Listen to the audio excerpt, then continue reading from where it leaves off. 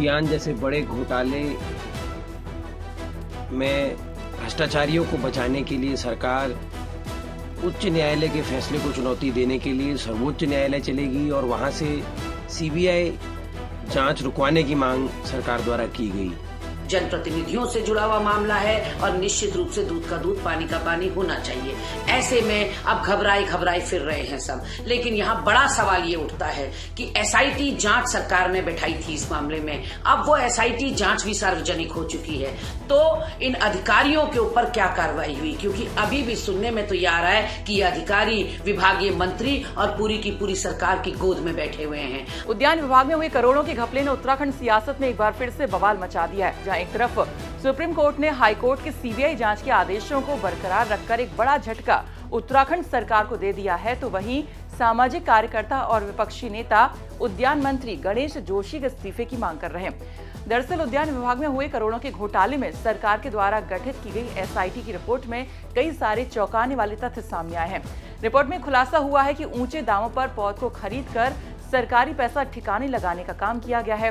35 रुपए की कीवी के पौध को 275 रुपए का खरीदकर बड़ा घोटाला किया गया है। साथ ही एसआईटी की रिपोर्ट में कई नाम भी सामने आए हैं। उधर सामाजिक कार्यकर्ता और याचिकाकर्ता दीपक करगेती ने कहा है कि सरकार एसआईटी की जांच में आने वाले बड़े नामों को उजागर नहीं होने देना चाहती है, और क्योंकि इसमें कई बड़े नाम सामने आ सकते हैं, इसके चलते सरकार उच्च न्यायालय के आदेश को चैलेंज करने सुप्रीम कोर्ट पहुंची।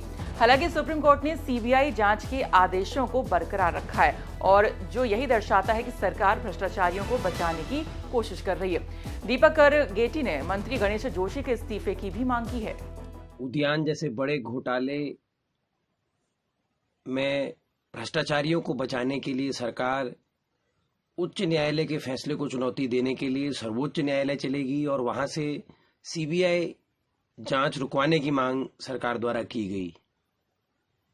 मैं माननीय सर्वोच्च न्यायालय का आभार प्रकट करूंगा कि उन्होंने उत्तराखंड के किसानों, काश्तकारों और हमारी न्याय के प्रति जो आस्था है उसको जीवित रखते हुए सरकार द्वारा दायर एसएलपी को सिरे से खारिज करते हुए ये कहा है कि दुर्भाग्यपूर्ण है कि सरकार भ्रष्टाचारियों को बचाने के लिए सुप्रीम कोर्ट का संरक्षण चाहती है। वहीं कांग्रेस से प्रवक्ता गरिमा दसोनी की माने तो एक बहुत बड़ा ये भ्रष्टाचार है। उद्यान विभाग में करोड़ों का बंडल बांट हुआ है, और इसको लेकर अब जो उद्यान मंत्री हैं उनको नैतिकता के आधार पर इस्तीफा दे देना चाहिए। दिनों उत्तराखंड के उद्यान विभाग में पौध खरीद से लेकर कई मामलों में बड़े भ्रष्टाचार का मामला उजागर हुआ, और इस मामले में स्थानीय भाजपा विधायक का नाम, एक सीनियर अधिकारी का नाम और स्वयं मंत्री की संलिप्तता की आशंका जताते हुए उच्च न्यायालय ने सीबीआई जांच की संस्तुति की और इस पूरे मामले में बड़े भ्रष्टाचार के होने की उन्होंने पुष्टि की।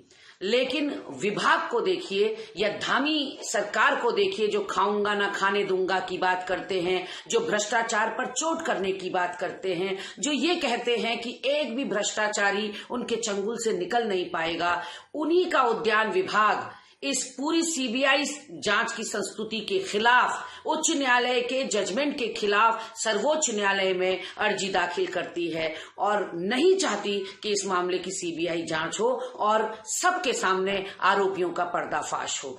और कल एक ऐतिहासिक निर्णय देते हुए सर्वोच्च न्यायालय ने इस मामले में टांग अड़ाने से मना कर दिया। उन्होंने कहा कि उच्च न्यायालय का जो फैसला है वो वाजिब है, सीबीआई जांच होनी चाहिए, ये भ्रष्टाचार का मामला है, जनप्रतिनिधियों से जुड़ा हुआ मामला है और निश्चित रूप से दूध का दूध पानी का पानी होना चाहिए।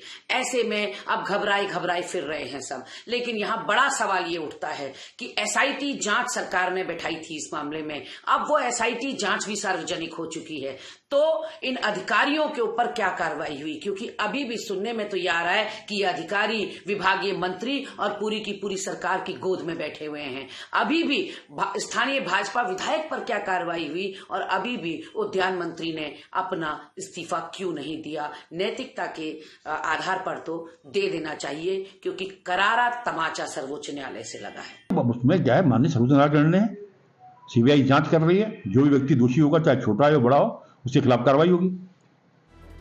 मामले की जांच अब सीबीआई के हाथों में आ गई और ऐसे में सीबीआई के हाथ किस किस तक इस पूरे घोटाले में पहुंचते हैं और उन पर किस तरह सीबीआई का शिकंजा कसेगा, वो कौन कौन नाम इस जांच में सीबीआई के लपेट में आएंगे, वो सब देखना होगा और उन पर क्या सख्त कार्रवाई होती है, ये आने वाला वक्त बताएगा। इतने देहरादून से हमारे सहयोगी सागर शर्मा की रिपोर्ट। बाकी खबरों के लिए आप देखते रहिए उत्तराखंड तक। नमस्कार।